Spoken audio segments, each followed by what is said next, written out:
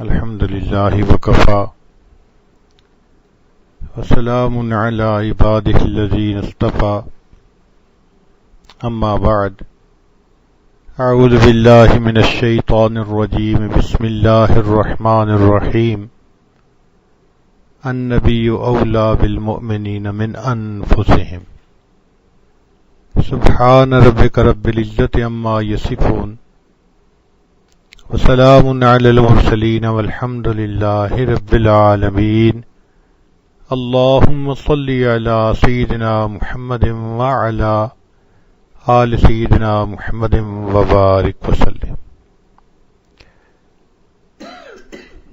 دنیا میں دو شہر ہیں جن کو اللہ نے امتیازی شان عطا فرمائی، ایک مکہ مکرمہ، ایک مدینہ منورہ۔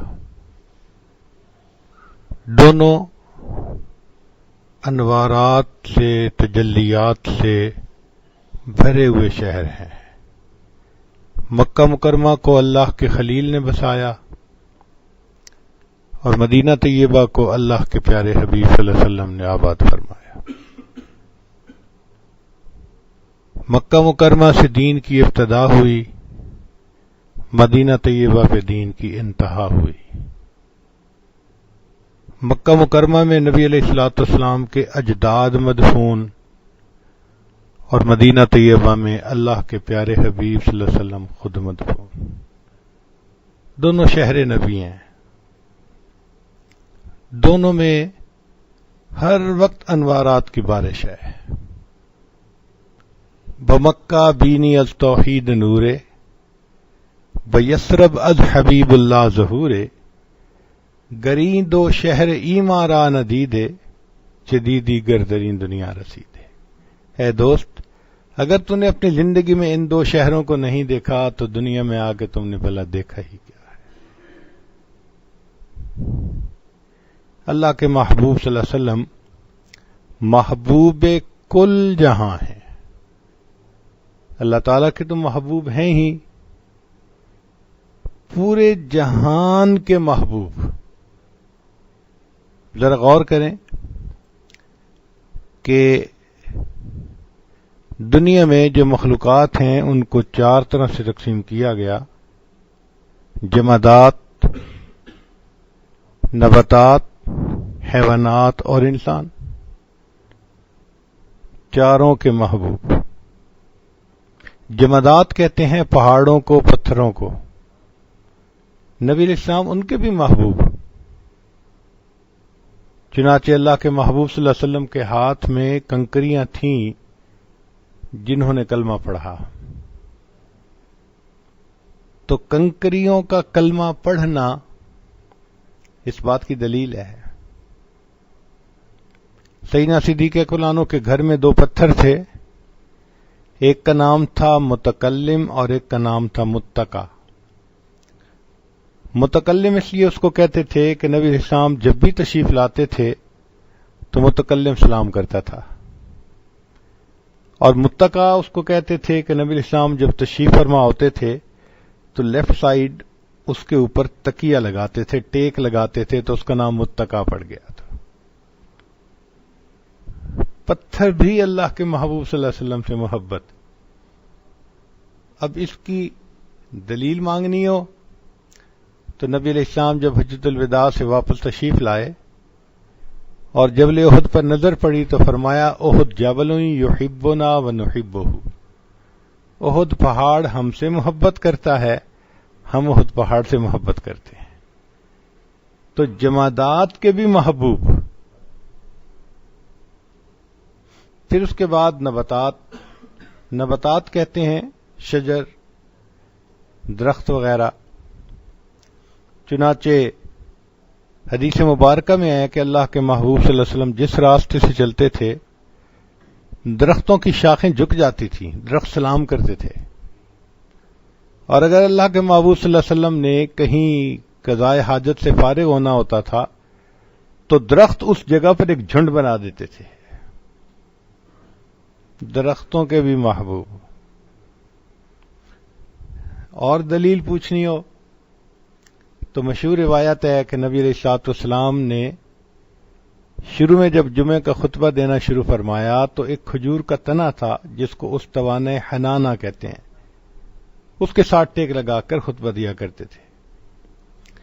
پھر حضرت تمیم داری رضی اللہ عنہ جب اسلام لائے تو انہوں نے ممبر بنا کر خدمت میں پیش کیا، تو نبی علیہ السلام جب ممبر پر چڑھے تو صحابہ کرام کہتے ہیں کہ ہمیں چھوٹے بچے کے رونے کی سی آواز آئی، ہم حیران تھے کہ بچہ کیسے رو رہا ہے۔ اللہ کے محبوب صلی اللہ علیہ وسلم ممبر سے نیچے تشریف لائے اور آپ نے آ کر کھجور کے خشک تنے پر ہاتھ رکھا، پھر پتہ چلا کہ وہ خشک تنا آپ کی جدائی میں رو رہا تھا۔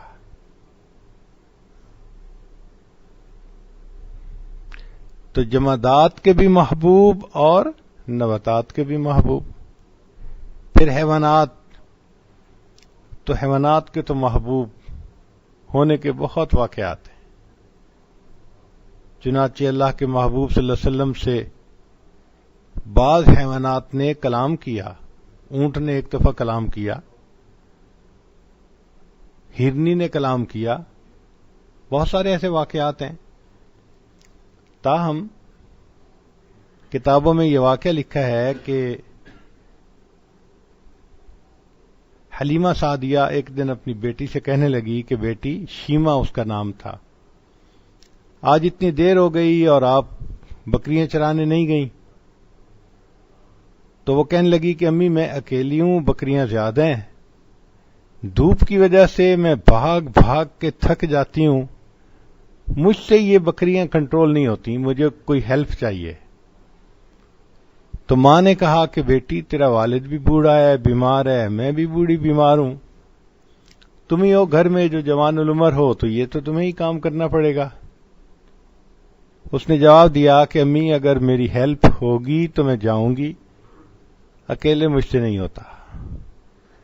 تو ماں نے پوچھا کہ بیٹی کون تمہاری ہیلپ کرے؟ تو اس نے چھوٹے بھائی کا اشارہ کیا، محمد صلی اللہ علیہ وسلم، جو دودھ پیتی عمر کے تھے، کہ میرے بھائی محمد کو بھیج دیں۔ بیٹی تم بھائی کو سنبھالو گی یا بکریاں سنبھالو گی؟ امی اگر ان کو بھیجیں گی تو بکریاں سنبھال لوں گی، نہیں بھیجیں گی تو بکریاں مجھ سے نہیں سنبھلیں گی۔ تو ماں کو بات سمجھ نہ آئی، اس نے کہا بیٹی تم کہنا کیا چاہتی ہو؟ تو بیٹی نے کہا کہ امی ایک مرتبہ میں بھائی کو لے کر چلی گئی تھی، میں نے اس دن 3 انوکھی باتیں دیکھی۔ پہلی بات کہ میں جہاں بھی گئی میرے سر پہ ایک بادل نے سایہ کیے رکھا، مجھے اس دن دھوپ برداشت نہیں کرنی پڑی۔ اور دوسری بات کہ میں ایک جگہ کھڑی تھی تو ایک راہب بندہ گزرا، اس نے جب اس بچے کو دیکھا تو اس کو بہت پیار کیا اور کہا کہ یہ بچہ کوئی بڑی ہستی بنے گا۔ تو مجھے اپنے بھائی کی تعریفیں سن کر کسی اچھے بندے سے مجھے بڑا اچھا لگا۔ اور تیسری بات کہ امی جب میں ان کو چرانے کے لیے لے گئی تو میں نے دیکھا کہ بکریوں نے جلدی جلدی گھاس چر لیا، جہاں میں اپنے بھائی کو لے کر بیٹھی تھی وہ بکریاں آئیں اور وہ بھی سامنے بیٹھ گئیں، میں بھی بھائی کا چہرہ دیکھتی رہی، وہ بکریاں بھی بھائی کا چہرہ دیکھتی رہی، مجھے بکریوں کے پیچھے بھاگنا نہیں پڑا۔ حیوانات بھی اللہ کے محبوب صلی اللہ علیہ وسلم سے محبت کرتے تھے۔ چنانچہ حجۃ الوداع کے موقع پر جب نبی علیہ السلام نے قربانی فرمانی تھی تو 63 اونٹ قربان فرمائے۔ بعض روایات میں ہے 9 اونٹوں کا گروپ لایا جاتا اور بعض میں 5 کا بھی تذکرہ ہے کہ 5 لائے جاتے۔ خیر جتنے بھی آتے وہ جب آ کر نبی علیہ السلام کے چہرے انور کو دیکھتے تھے تو کتابوں میں لکھا ہے کہ سب اپنی گردنیں لمبی کر دیتے تھے، اے اللہ کے حبیب صلی اللہ علیہ وسلم ہمیں پہلے آپ قربانی کے لیے قبول فرمائے۔ جانوروں کے بھی محبوب۔ اور کتابوں میں یہ واقعہ بھی لکھا ہے کہ جب اللہ کے محبوب صلی اللہ علیہ وسلم نے پردہ فرمایا تو جو آپ کی اونٹنی تھی اس نے کھانا پینا چھوڑ دیا تھا۔ صحابہ کرام رضی اللہ عنہم ان کے لیے گھاس لاتے، دانے کا انتظام کرتے، نہ کچھ کھاتی تھی نہ پیتی تھی۔ جنت بقی اس کو بقی الغرقد کہتے تھے، یہاں کیکر کے درخت تھے اس وقت، بس وہ ویرانے میں کیکر کے درختوں میں رہتی تھی، تنہائی پسند ہو گئی تھی، اور چند مہینے جب فاقہ اس نے برداشت کیا تو بالآخر ایک دن وہ بھی دنیا سے چلی گئی۔ اللہ کے حبیب صلی اللہ علیہ وسلم حیوانات کے بھی محبوب، وہ اونٹنی محبوب صلی اللہ علیہ وسلم کی جدائی برداشت نہ کر سکی، اور انسان تو پھر انسان ہے۔ چنانچہ صحابہ رضی اللہ تعالیٰ عنہم کی جو جماعت ہے، ساری کی ساری جماعت وہ عشاق کی جماعت ہے، ایک سے بڑھ کر ایک عاشق، ایک سے بڑھ کر ایک اللہ کے محبوب صلی اللہ علیہ وسلم کے عشق میں ڈوبا ہوا۔ ویکھیا جے یوسف نو انگلیاں کٹیاں، آقا دے دیوانیاں نے جانا وار سٹیاں، کہ یوسف کو دیکھا تو عورتوں نے انگلیاں کاٹ لی تھیں، اور میرے آقا صلی اللہ علیہ وسلم کے صحابہ نے تو ان کے نام پہ جانیں قربان کر دی تھی۔ پیار دی اخیر ویکھی او دے عاشقین دی، جگ دے حسینہ کولوں ود کے حسین دی، کہ ہم نے پیار کی ایکسٹریم اگر دنیا میں کبھی دیکھی ہے تو وہ نبی علیہ السلام کے صحابہ میں دیکھی ہے، اس لیے کہ ان کو اس ہستی سے عشق تھا جو دنیا کے تمام حسینوں سے بڑھ کر حسین تھی۔ ان ہستیوں میں سیدنا صدیق اکبر رضی اللہ تعالیٰ عنہ عشق و محبت میں بازی لے گئے۔ چنانچہ ایک مرتبہ نبی علیہ السلام نے فرمایا، حبب الی من دنیاکم ثلاث، تمہاری دنیا سے مجھے تین چیزیں اچھی لگتی ہیں، پیاری ہیں۔ ایک فرمایا خوشبو، دوسرا بیوی، اور تیسرا میری آنکھوں کی ٹھنڈک نماز میں ہے۔ یعنی خوشبو، بیوی اور نماز، یہ تین چیزیں دنیا میں مجھے اچھی لگتی ہیں۔ یہ سننا تھا کہ صدیق اکبر عنہ کھڑے ہو گئے، اے اللہ کے حبیب صلی اللہ علیہ وسلم، مجھے بھی دنیا میں سے تین ہی چیزیں پسند ہیں۔ ابو بکر کون کون سی؟ اے اللہ کے حبیب صلی اللہ علیہ وسلم، آپ کے چہرے انور کو دیکھتے رہنا۔ یہ بات کون کر سکتا ہے؟ جو عاشق ہوتا ہے۔ آپ کے چہرے انور کو دیکھتے رہنا، اور دوسرا اپنا مال آپ کی ذات پر خرچ کر دینا، اور تیسرا کہ میری بیٹی آپ کے نکاح میں ہے، اپنی بیٹی کو بھی پیش کر دینا۔ یہ عشق کی انتہا تھی سیدنا صدیق اکبر رضی اللہ تعالیٰ عنہ کے دل میں۔ چنانچہ جب نبی علیہ السلام نے ہجرت کا ارادہ فرمایا تو آپ صلی اللہ علیہ وسلم اپنے گھر مبارک سے ابو بکر صدیق عنہ کے گھر آئے، ان کو ساتھ لینا تھا۔ ابھی دروازہ کھٹکھٹایا بھی نہیں تھا کہ یعنی تھوڑی سی آہٹ سے ابو بکر صدیق عنہ نے دروازہ کھول دیا۔ تو نبی علیہ السلام نے پوچھا، ابو بکر تم جاگ رہے تھے یا میرے آنے پہ جاگے؟ عرض کیا، اے اللہ کے حبیب صلی اللہ علیہ وسلم، کچھ دنوں سے مجھے اندازہ تھا کہ آپ صلی اللہ علیہ وسلم کو ہجرت کا حکم ہوگا، اور یہ بھی توقع تھی کہ جب حکم ہوگا تو آپ اس عاجز کو خادم سفر قبول فرمائیں گے۔ جس دن سے ابو بکر کو یہ خیال آیا، ابو بکر نے رات کا سونا چھوڑ دیا، ایسا نہ ہو آپ تشریف لائیں، میرے دروازے پر آپ کو انتظار میں رکنا پڑے۔ کیا محبت تھی ابو بکر صدیق عنہ کے دل میں۔ پھر وہاں سے ہجرت کے لیے چلے تو گھر کے سارے لوگوں کو خدمت پر مامور کر دیا۔ ذرا غور کیجیے، خود سفر میں ساتھ ہیں، بیوی کو کہا کہ ہمارے لیے کھانا بنانا، اور بیٹی اسماء چونکہ چھوٹی عمر کی ہے، کسی کو شک بھی نہیں ہوگا، اس کے ذریعے سے ہمیں کھانا پہنچا دینا۔ عبد الرحمن جو بیٹا تھا اس سے کہا کہ بیٹا سارا دن مکہ مکرمہ کے جو قریش کے سردار ہیں ان کی باتیں سننا، رات کے اندھیرے میں آ کے ہمیں اطلاع دے دینا۔ اپنے غلام ظفیرہ سے کہا کہ تم بکریاں چرانے کے بہانے اس طرف آنا اور ہمیں دودھ پلا دینا۔ خود بھی خدمت میں مصروف، بیوی بھی مصروف، بیٹی بھی مصروف، بیٹا بھی مصروف، اور غلام بھی مصروف۔ یہ ہوئی نا خدمت۔ سب کو خدمت پر لگا دیا. یہ محبت تھی. چنانچہ جب غار ثور میں جانے لگے تو عرض کیا اللہ کے حبیب صلی اللہ علیہ وسلم آپ تھوڑا سا توقف فرمائیں, یہاں میں ذرا اندر جا کر دیکھ لوں, کوئی نقصان دینے والا کیڑا نہ ہو, کوئی ایسی چیز نہ ہو. اندر صفائی کر دی. چند سوراخ تھے, ان کو چھوٹے پتھروں سے بند کر دیا. ایک سوراخ بند کرنے کے لیے پتھر نہیں تھا اندر. سوچا اس کو تو میں جب بیٹھوں گا تو اپنے پاؤں سے ہی بند کر دوں گا. پھر بیٹھ کے محبوب صلی اللہ علیہ وسلم کی خدمت میں عرض کیا اے اللہ کے حبیب صلی اللہ علیہ وسلم خادم کی گود حاضر ہے, تشریف لے آئیے. نبی علیہ السلام رات جاگنے کی وجہ سے چونکہ بہت تھکے ہوئے تھے, نیند بھی تھی, تو آپ صلی اللہ علیہ وسلم گود میں سر رکھ کے سو گئے. ابوبکر صدیق لانو وہ خوش نصیب انسان ہیں کہ تنہائی ہے, ان کی گود میں محبوب صلی اللہ علیہ وسلم کا منور چہرہ ہے, اور ابوبکر صدیق لانو اس کے دیدار سے مشرف ہو رہے ہیں. آج عاشق کہتے ہیں ہم ہی ہم ہوں تیری محفل میں کوئی اور نہ ہو. یہ بات ابوبکر صدیق کو نصیب ہو گئی. دن کی روشنی ہے, رات کا اندھیرا ہے, ابوبکر کی گود ہے, محبوب کا چہرہ ہے. اللہ اکبر کبیرہ. وہ کیسا منظر ہوگا کہ جب محبوب خدا صدیق اکبر عنہ کی گود میں سر رکھ کے آرام کر رہے ہوں گے اور وہ صدیق ان کے چہرے کو دیکھ رہے ہوں گے اتنا قریب سے.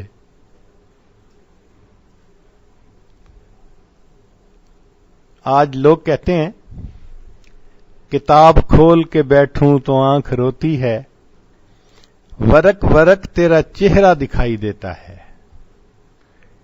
کہ میں جب کتاب کھول کے بیٹھتا ہوں تو کتاب کا ہر ورق چہرہ نظر آتا ہے, اور وہ صدیق لانو کا معاملہ دیکھو کہ ان کی کتاب کی مانند ہے اور ان کے گود میں محبوب کا مبارک چہرہ موجود ہے. اللہ اکبر کبیرہ. عطا اللہ شاہ صاحب بخاری رحمۃ اللہ فرمایا کرتے تھے کہ ابوبکر صدیق رضی اللہ عنہ جب میں تخیل کی آنکھ سے دیکھتا ہوں اس منظر کو کہ آپ نبی علیہ السلام کی معیت میں غار ثور کے اندر ہیں, تو مجھے یوں لگتا ہے کہ آپ کی گود ایک رحل کی مانند ہے اور اللہ کے محبوب صلی اللہ علیہ وسلم کا چہرہ انور وہ اللہ کے قرآن کی مانند ہے, اور ابوبکر آپ مجھے قاری نظر آتے ہیں بیٹھے اس قرآن کی تلاوت کر رہے ہیں.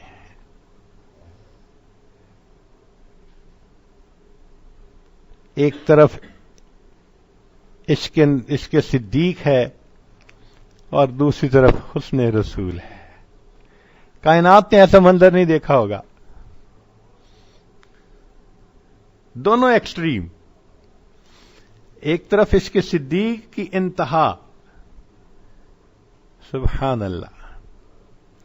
نبی علیہ السلام نے ہجرت فرمانی تھی تو اللہ تعالیٰ نے حضرت علی اللہ عنہ کو چنا. چنانچہ نبی علیہ الصلوۃ والسلام نے لوگوں کی امانتیں ان کے حوالے کیں اور فرمایا کہ میرے بستر پہ سو جاؤ, دن ہو جائے تو لوگوں کی امانتیں ان کو دے کر تم بھی آ جانا. تو لوگوں کی امانتیں ان تک پہنچانے کے لیے اللہ نے حضرت علی اللہ عنہ کو چنا, اور اپنی امانت کو مکہ مکرمہ سے مدینہ پہنچانے کے لیے اللہ نے ابوبکر صدیق کو چنا. ابوبکر تم میری امانت کو مکہ سے مدینہ پہنچا دینا. اللہ اکبر کبیرہ. چنانچہ اسی دوران جہاں پاؤں رکھا ہوا تھا وہاں سے کسی جاندار نے, کیڑے نے کاٹا, درد ہوئی, آنکھ میں سے آنسو, اور آنسو بھی کہاں گرا؟ نبی علیہ السلام کے رخسار مبارک پر. تو محبوب صلی اللہ علیہ وسلم کی آنکھ کھلی, فرمایا ابوبکر تیری گود میں رحمت للعالمین کا سر ہے, ما یبکیک, پھر کیوں رو رہا ہے؟ اے اللہ کے حبیب صلی اللہ علیہ وسلم بس تکلیف کی وجہ سے بے اختیار آنسو نکل آئے. اب اس آنسو کے گرنے پر کسی نے عجیب شعر کہا، آنسو گرا ہے روئے رسالت مآب پر، آنسو گرا ہے روئے رسالت مآب پر، قربان ہونے آئی ہے شبنم گلاب پر. کہ جس طرح گلاب کے پھول پر صبح کے وقت شبنم کا قطرہ ہوتا ہے، اے آقا صلی اللہ علیہ وسلم آپ کا رخسار مبارک تو گلاب کی مانند ہے، اور ابوبکر صدیق کا آنسو اس پر شبنم بن کر گرا ہوا ہے. پھر جب آگے ہجرت کا سفر ہوا تو کتابوں میں لکھا ہے کہ وہ صدیق لانو کبھی آگے چلتے، کبھی پیچھے، کبھی دائیں کبھی بائیں. تو نبی علیہ السلام نے پوچھا، ابوبکر کیا معاملہ ہے؟ اے اللہ کے حبیب صلی اللہ علیہ وسلم، جب میں آگے چلتا ہوں تو مجھے شک ہوتا ہے کہ دشمن پیچھے سے حملہ نہ کر دے، پیچھے چلتا ہوں تو ہوتا ہے کہ دائیں سے حملہ نہ کر دے، پھر دائیں ہوتا ہوں تو بائیں سے نہ کر دے، جدھر کا خیال آتا ہے میں ادھر چلنا شروع کر دیتا ہوں. جیسے شمع کے گرد پروانہ چکر لگا رہا ہوتا ہے، یہ شمع رسالت کے گرد صدیق اکبر پروانہ بن کے چکر لگا رہے تھے. محبت کی انتہا. چنانچہ جب ام ایمن لانو کے گھر پہنچے، نبی علیہ الصلوۃ والسلام کو بہت بھوک تھی، پیاس تھی. تو ابوبکر صدیق لانو ان کے پاس گئے اور کہا کہ اگر آپ اجازت دیں تو آپ کی بکریوں کا دودھ میں نکال لوں. اس نے کہا یہ بوڑھی بکری ہیں، دودھ تو نہیں دیتی. ان کا اس سے غرض نہیں ہے دیتی ہیں یا نہیں دیتی، اجازت چاہیے. اس نے کہا میری طرف سے اجازت ہے. صدیق اکبر بیٹھے برتن لے کے بکری نے دودھ دینا شروع کر دیا. جب برتن بھر گیا تو صدیق اکبر نے اس کے اوپر کپڑا دیا برتن کے اوپر تاکہ کوئی مٹی نہ گرے اس کے اوپر، اور نبی علیہ الصلوۃ والسلام کے خدمت میں لا کر پیش کیا. اللہ کے حبیب صلی اللہ علیہ وسلم نے اس دودھ کو خوب سیر ہو کر پیا. اب محبت جو ہوتی ہے نا، ماں کو بچے سے محبت ہوتی ہے تو بیٹا پورا فیڈر دودھ پی لینا، ماں خوشی کا اظہار کرتی ہے، میرے بیٹے نے پورا فیڈر دودھ کا پی لیا. وہی حال ابوبکر صدیق لانو کا تھا. نبی علیہ السلام نے جب دودھ نوش فرمایا تو وہ کہنے لگے کہ فشاربا حتی رضیت. نبی علیہ السلام نے دودھ پیا اتنا کہ میرا دل خوش ہو گیا. دودھ اللہ کے محبوب صلی اللہ علیہ وسلم پی رہے ہیں اور صدیق اکبر کے دل کو خوشی مل رہی ہے. یہ کیا چیز تھی؟ یہ محبت تھی. چنانچہ صدیق اکبر کی محبت تو عجیب، انسان حیران ہو جائے. ہاں، صحابہ میں حضرت عمر رضی اللہ عنہ بھی اسی طرح عاشق صادق تھے. نبی علیہ الصلوۃ والسلام سے بہت گہری محبت تھی. چنانچہ ان کے حالات زندگی میں کئی واقعات ہیں. ایک واقعہ سن لیجئے. ایک دن عمر لانو اپنے رات کے وقت میں مدینہ طیبہ کی گلیوں میں چکر لگا رہے ہیں. ایک گھر سے نا کچھ آواز آئی، ذرا سنا خیر تو ہے. پتہ چلا کہ ایک بوڑھی عورت ہے اور وہ آخری پہر میں نبی علیہ السلام کی یاد میں محبت میں کچھ اشعار پڑھ رہی ہے. جب اس نے اشعار پڑھ لیے تو عمر لانو نے دروازہ کھٹکھٹایا. بوڑھی عورت نے پوچھا کہ کس نے دروازہ کھٹکھٹایا؟ کہا کہ عمر فاروق. بوڑھی نے دروازہ کھولا. عمر فاروق لانو، آپ امیر المومنین، رات کے وقت مجھ بڑھیا کے دروازے پہ؟ فرمایا کہ میں ایک فریاد لے کے آیا ہوں. اس نے کہا بیٹھیں چارپائی پہ. عمر لانو نیچے زمین پہ بیٹھ گئے. بڑھیا نے کہا امیر المومنین چارپائی پہ بیٹھیں. فرمایا فریاد پوری کرو گی تو چارپائی پہ بیٹھوں گا ورنہ زمین پہ.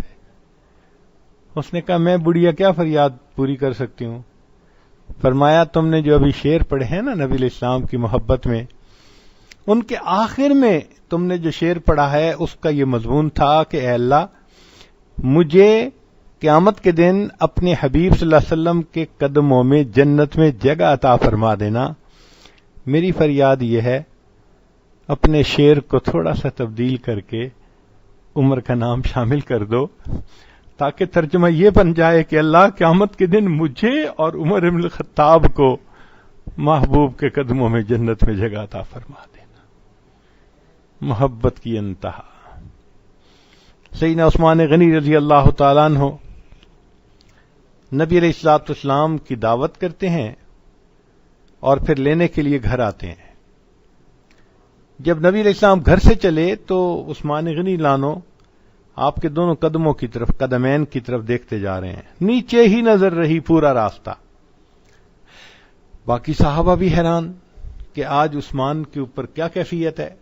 نبی السلام کی خدمت میں بتا دیا تو محبوب صلی اللہ علیہ وسلم نے پوچھا عثمان کیا معاملہ؟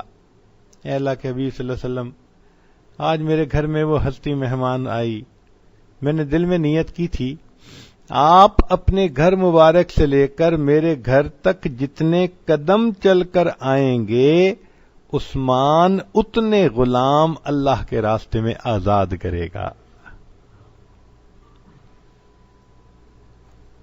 باقی صحابہ ان کے بھی عشق و محبت کا عجیب عالم تھا. ان میں ایک صحابی تھے حضرت بلال رضی اللہ عنہ، ماشاءاللہ ان کا بھی اپنا رنگ تھا. علامہ اقبال نے ان کے بارے میں بہت خوبصورت اشعار لکھے ہیں.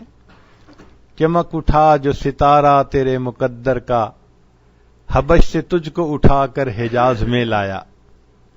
کہ تیرے مقدر کا ستارہ کیا چمکا، تو حبشہ کا رہنے والا، پیدا وہاں ہوا، تجھے وہاں سے حجاز لے کر آ گئے.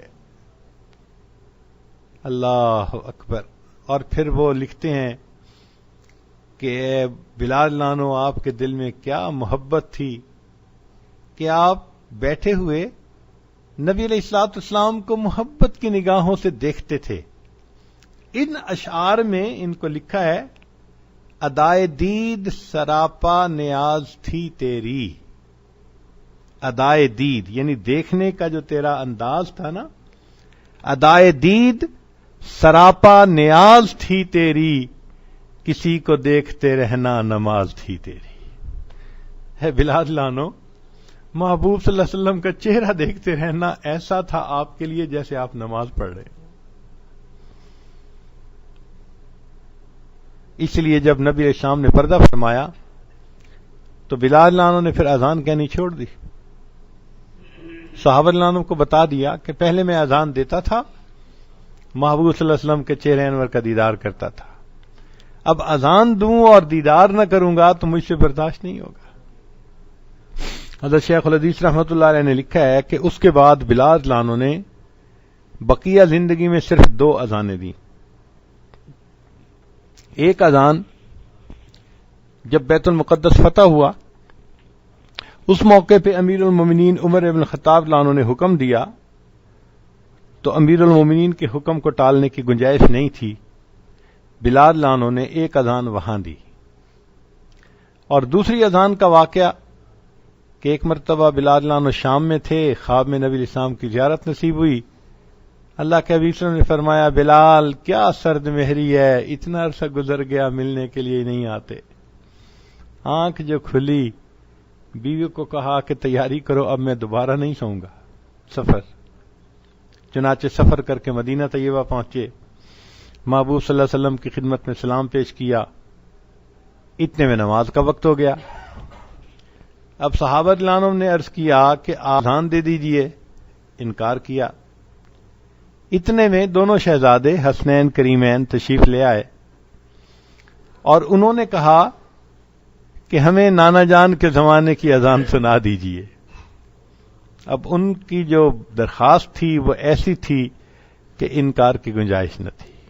چنانچہ دوسری مرتبہ بلال لانو نے پھر اذان دی، لیکن جب وہ آواز یعنی مسجد سے بلند ہوئی جو صحابہ نبی علیہ السلام کے زمانے میں سنتے تھے، صحابہ کے دلوں کے تار چھڑ گئے.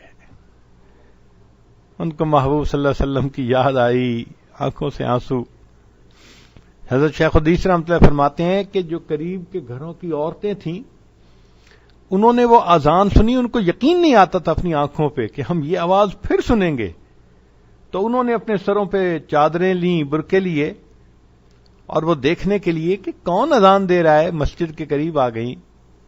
اب عجیب منظر ہے، اندر صحابہ مرد رو رہے ہیں اور باہر عورتیں اس آواز کو سن کے رو رہی ہیں، نبی علیہ السلام کو یاد کر رہی ہیں. اور بات اس وقت عجیب بنی جب ایک عورت کے پاس اس کا بیٹا تھا تو اذان ختم ہونے کے بعد بیٹے نے ماں سے پوچھا، اماں بلال نانو تو کچھ عرصے کے بعد واپس آ گئے، بتاؤ اللہ کے حبیب صلی اللہ علیہ وسلم کب واپس آئیں گے؟ جتنے صحابہ رضوان تھے سب کے سب نبی علیہ السلام کے عاشق تھے، ایک سے بڑھ کر ایک. ذرا ان کی زندگی کے واقعات کو پڑھیں تو صحیح. بعض ایسے بھی صحابہ تھے کہ قسمیں اٹھائی تھیں، ہم صبح اٹھیں گے سب سے پہلے نبی علیہ السلام کے چہرے انور کو دیکھیں گے. وہ آنکھیں بند رکھتے تھے، جب نبی علیہ السلام کے سامنے لایا جاتا تھا ان کو پھر آنکھ کھول کے چہرے انور دیکھتے تھے. کیسے انہوں نے اپنی قسمیں نبھائی ہوں گی. بلکہ بعض ایسے بھی تھے کہ جب رات کو نبی علیہ السلام حجرے میں آرام فرماتے تو وہ مسجد نبوی سے آ کر اور حجرے کو دیکھتے رہتے، گھنٹوں بیٹھے رہتے کہ یہ وہ جگہ ہے جہاں میرے محبوب آرام فرما رہے ہیں.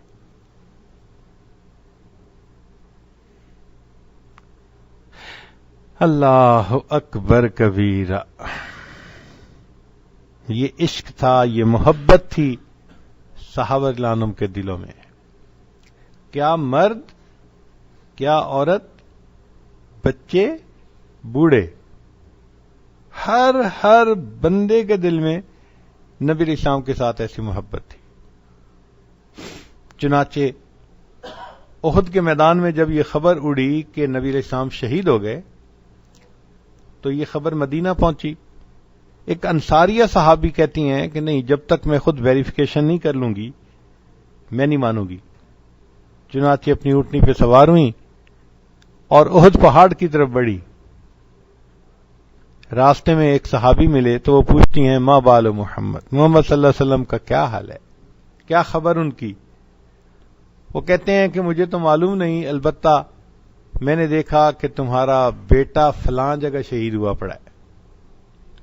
ماں کو اگر بیٹے کی شہادت کا پتہ چلے تو اس کے دل پر کیا کیفیت ہوتی ہے؟ وہ ٹس سے مس نہیں ہوتی، آگے بڑھتی ہے. دوسرے سے پوچھا، پتہ چلا خامد بھی شہید، ٹس سے مس نہیں ہوتی. آگے گئی، پتہ چلا بھائی بھی شہید. اللہ اکبر. بیٹے کی، خامد کی، بھائی کی شہادت کی خبر ملے ایک وقت میں، یہ عورت ٹس سے مس نہیں ہو رہی. لگتا ہے کہ اس کی قیمتی متاع کوئی اور تھی جس کو دیکھنے کے لیے اس کی آنکھیں تلاش کر رہی تھی. ایک صحابی سے پوچھتی ہیں، ما بال محمد، ان کا میں نے فلاں جگہ اللہ کے محبوب صلی اللہ علیہ وسلم کو بیٹھے دیکھا ہے. چنانچہ وہاں پہنچی اور نبی علیہ الصلوۃ والسلام کی چادر مبارک ردا کا جو ایک کونا تھا وہ پکڑ کے یوں کہنے لگی، کل مصیبت بعد محمد جلل.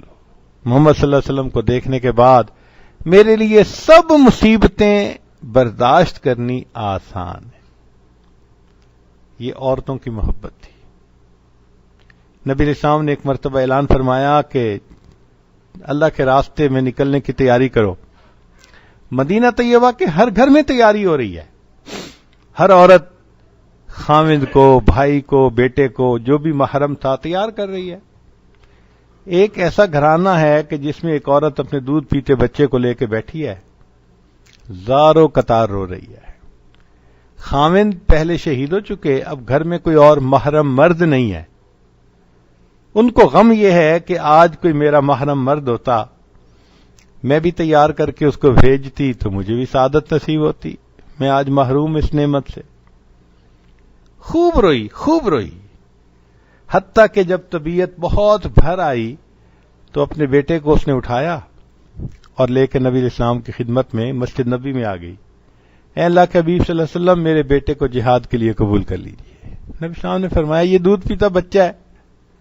گود میں بچے کو ڈال دیا. یہ بچہ کیسے جہاد کرے گا؟ اے اللہ کے حبیب صلی اللہ علیہ وسلم، جس صحابی کے ہاتھ میں ڈھال نہ ہو میرا بچہ اس کے حوالے کر دیں.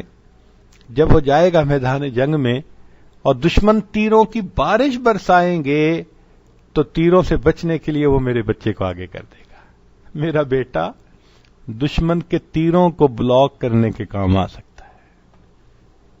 کیا محبت ہوگی ان صحابیات کے دلوں میں اللہ کے محبوب صلی اللہ علیہ وسلم.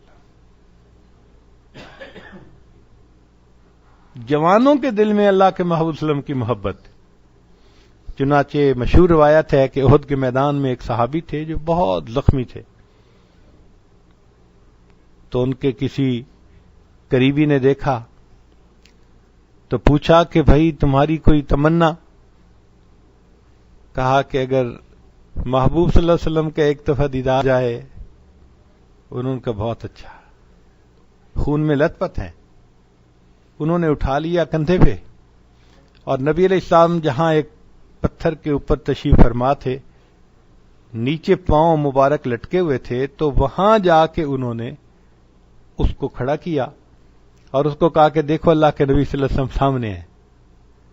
بس ایک مرتبہ نگاہ کھولی انہوں نے اور محبوب صلی اللہ علیہ وسلم کا دیدار کیا.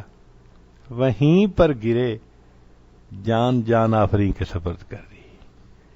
دنیا کو دکھا دیا آقا تیری معراج کہ تو لوح و قلم تک پہنچا، میری معراج کہ میں تیرے قدم تک پہنچا.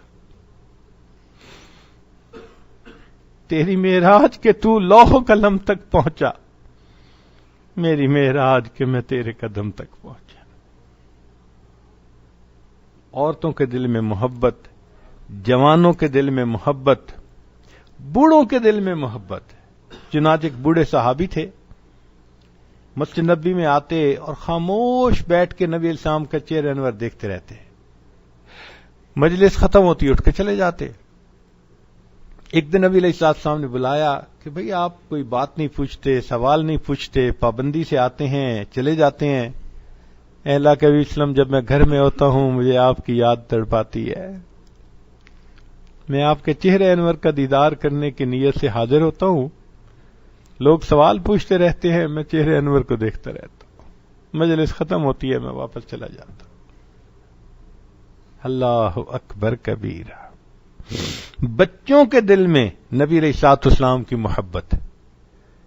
بدر کا میدان، عبد الرحمن لان ایک صحابی ہیں، وہ کہتے ہیں کہ میں نے اپنے دائیں بائیں دیکھا تو ایک طرف تو ایک جوان آدمی تھا تو مجھے فیل ہوا کہ ادھر سے مجھے سپورٹ ملے گی، اور دوسری طرف دیکھا تو دو چھوٹے چھوٹے بچے تھے جن کے قد تلوار سے چھوٹے تھے. میں نے ان کی طرف دیکھا، انہوں نے میری طرف دیکھا، قریب آ کے کہنے لگے انکل آپ ابو جہل کو پہچانتے ہیں؟ میں نے کہا کیوں؟ کہنے لگے ہم نے سنا ہے ہمارے آقا صلی اللہ علیہ وسلم کی شان میں گستاخی کرتا ہے، نیت کر کے آئے ہیں یا ہم گھر واپس نہیں جائیں گے یا وہ گھر واپس نہیں جائے گا.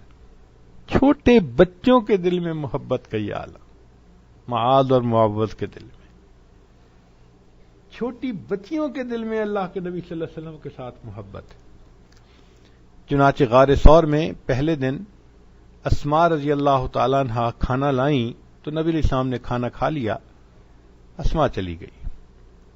جب دوسرے دن کھانا لے کر آئیں تو نبی علیہ السلام نے دیکھا کہ اسماء کے ماتھے پہ زخم کا نشان بھی ہے اور وہ کچھ تھوڑی ڈاؤن نظر آ رہی ہے، جیسے ڈپریسڈ ہوتا ہے بچہ، غم زدہ ہوتا ہے. تو نبی علیہ السلام نے فرمایا اسماء کیا معاملہ ہے؟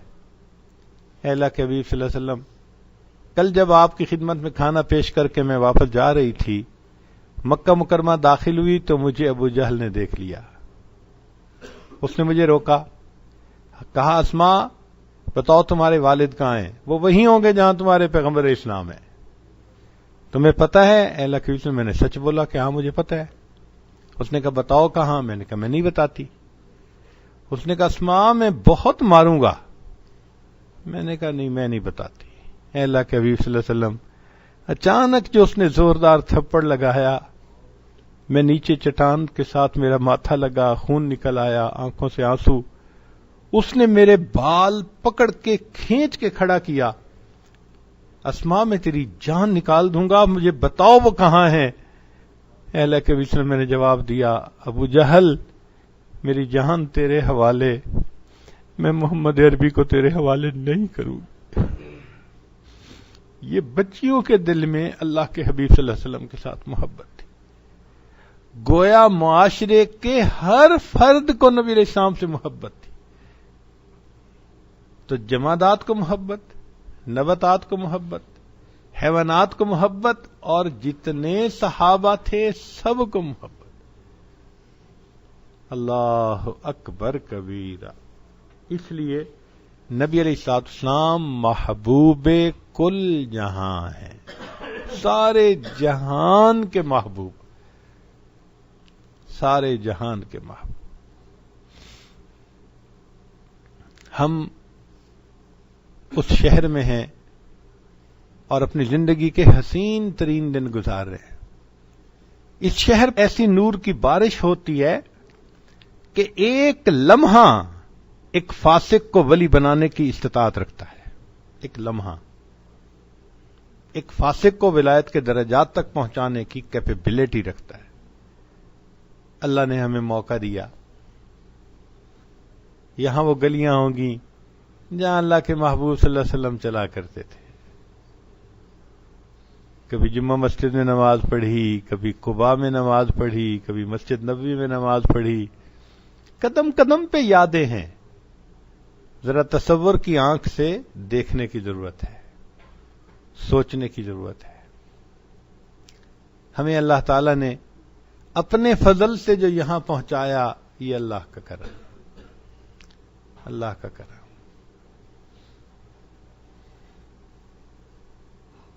چنانچہ سید نفیس شاہ صاحب رحمۃ اللہ علیہ فرماتے ہیں، شکر ہے تیرا خدایا میں تو اس قابل نہ تھا، تو نے اپنے گھر بلایا میں تو اس قابل نہ تھا، تیری رحمت تیری شفقت سے ہوا مجھ کو نصیب، گنبد خضرا کا سایہ میں تو اس قابل نہ تھا، بارگاہ سید الکونین میں آ کر نفیس، سوچتا ہوں کیسے آیا میں تو اس قابل نہ تھا. ہماری اوقات نہیں تھی. یہ اللہ کا فضل، یہ اللہ کی رحمت. نبی صاحب نے فرمایا، من زار قبری وجبت لہ شفاعتی، جس نے میری قبر کی زیارت کی اس پر میری شفاعت واجب ہو گئی. اور محدثین نے لکھا ہے کہ شفاعت صرف ایمان والوں کی ہوگی قیامت کے دن. اس کا مطلب یہ کہ جس کو زیارت کا شرف حاصل ہو گیا اس کے لیے خوشخبری ہے، اللہ اس کو حفاظت ایمان کے ساتھ کلمے کی موت عطا فرمائے، تبھی تو شفاعت نصیب ہوگی. تو سوچئے یہ اللہ کا کتنا بڑا کرم اور کتنا بڑا احسان ہے کہ اللہ رب العزت نے یہاں آنے کی توفیق عطا فرمائی. نبی علیہ السلام ایک مرتبہ دعا مانگ رہے ہیں، اللہ میرے احبا سے مجھے جلدی ملا دینا، چاہنے والوں سے، لور سے. ثوبان رضی اللہ عنہ ایک صحابی ہیں، وہ سنتے ہیں یہ دعا، حیران ہوتے ہیں. جب محبوب صلی اللہ علیہ وسلم نے دعا ختم کی تو آ کر پوچھا، اے اللہ کے حبیب صلی اللہ علیہ وسلم، ہم آپ کے غلام بے نام آپ کی خدمت میں حاضر ہیں، آپ کن کے لیے دعا مانگتے ہیں کہ مجھے ان سے جلدی ملا دینا؟ نبی علیہ السلام نے فرمایا، ثوبان تم ٹھیک کہتے ہو، تم نے جبریل علیہ السلام کو اترتے دیکھا، قرآن کو اترتے دیکھا، میرے چہرے انور کو دیکھا، تمہارا ایمان بڑا قیمتی ہے. مگر اے ثوبان، قرب قیامت میں کچھ ایسے بھی لوگ آئیں گے جنہوں نے مجھے دیکھا تو نہیں ہوگا، اپنے علماء سے انہوں نے میرے تذکرے سنے ہوں گے، اور صرف تذکرہ سن کر ان کے دل میں میری ایسی محبت آئے گی کہ اگر ان کو اختیار دیا جاتا کہ وہ اپنی اولادوں کو بیچ کر میرا دیدار کر لیتے تو ثوبان وہ یہ بھی کر گزرتے. میں ان کے لیے اداس ہوں اور دعا کر رہا ہوں، اللہ مجھے ان احبا سے جلدی ملا دینا. آج کے زمانے میں جس کے دل میں نبی علیہ الصلوۃ والسلام کی سچی محبت ہو، جس کا جسم سنت نبوی سے سجا ہوا ہو، ایسا کہ اگر ملک الموت آئیں، اعضاء کو ٹٹولیں تو سنت نبوی سے سجا ہوا پائیں، دماغ کو ٹٹولیں تو علم نبوی سے بھرا ہوا پائیں، اور اگر دل کو ٹٹولیں تو عشق نبوی سے بھرا ہوا پائیں. عجب چیز ہے عشق شاہ مدینہ، عجب چیز ہے عشق شاہ مدینہ، یہی تو ہے عشق حقیقی کا زینہ، ہے معمور اس عشق سے جس کا سینہ، اسی کا ہے مرنا اسی کا ہے جینا۔ یہاں اللہ سے یہ نعمت مانگیے، اے اللہ اپنا بھی عشق عطا فرما اور اپنے پیارے حبیب صلی اللہ علیہ وسلم کی محبت بھی عطا فرما۔ یہ محبت انسان کو دنیا میں اور آخرت میں سعادت مند بناتی ہے۔ دنیا اور آخرت کی سعادتیں اسی سے ملتی ہیں۔ قوت عشق سے ہر پست کو بالا کر دے، دہر میں اس میں محمد سے اجالا کر دے۔ اللہ رب العزت ہمیں اپنے پیارے حبیب صلی اللہ علیہ وسلم کی بارگاہ میں قبولیت عطا فرمائیں، اسی محبت پر جینے اور مرنے کی توفیق عطا فرمائیں، اور قیامت کے دن محبوب صلی اللہ علیہ وسلم کے ہاتھوں حوض کوثر کا جام عطا فرمائیں، اور جنت میں اللہ تعالی محبوب کے قدموں میں جگہ عطا فرما دیں۔ وآخر دعوانا ان الحمد للہ رب العالمین۔ دعا کر لیجیے۔ سبحان ربی العلی الوہاب، اللہم صلی علی سیدنا محمد وعلی آل سیدنا محمد وبارک وسلم۔ اے کریم آقا، ہم آپ کے عاجز مسکین بندے ہیں، ہمارے گناہوں کو معاف فرما، خطاؤں سے درگزر فرما، عیبوں کی پردہ پوشی فرما۔ رب کریم، آپ نے اپنے فضل اور کرم سے ہمیں مکہ اور مدینہ کی حاضری کی توفیق عطا فرمائی۔ اللہ ہم آپ کے احسان مند ہیں، شکر گزار ہیں۔ نہ ہماری اوقات تھی، نہ ہمارے پاس اسباب تھے، آپ کا فضل ہوا، آپ کا کرم ہوا، آپ کی رحمت کی نظر ہم مسکینوں پر پڑ گئی۔ اللہ آپ نے اپنے حبیب صلی اللہ علیہ وسلم کے شہر میں پہنچا دیا۔ اللہ ہماری حاضری کو قبول فرما لیجئے۔ اے کریم آقا، ہمارے یہاں قیام کے دن میں جو ہم نے اعمال کیے ان کو شرف قبولیت عطا فرما دیجئے۔ رب کریم، آپ کے محبوب صلی اللہ علیہ وسلم نے فرمایا، میرا مدینہ بھٹی کی مانند ہے، کھرے کھوٹے کو جدا کر دیتا ہے۔ میرے اللہ، ہمیں یہاں سے کھرا ہو کر واپس جانے کی توفیق عطا فرما۔ اللہ، ہم اپنے گناہوں کا اعتراف کرتے ہیں، اپنی خطاؤں کا اعتراف کرتے ہیں۔ اے اللہ مہربانی فرمائیے، یہی شہر ہے جہاں کفر میں لچھڑے آتے تھے، ایمان والے بن جاتے تھے، شرک میں لچھڑے آتے تھے، موحد بن کے واپس جاتے تھے۔ اے اللہ، اس محبوب صلی اللہ علیہ وسلم کے شہر میں ہم بھی گناہوں کے انبار لے کر حاضر ہیں۔ اللہ ہمارے گناہوں کو نیکیوں میں بدل دیجئے، ہمارے سینوں کو اپنے محبوب صلی اللہ علیہ وسلم کی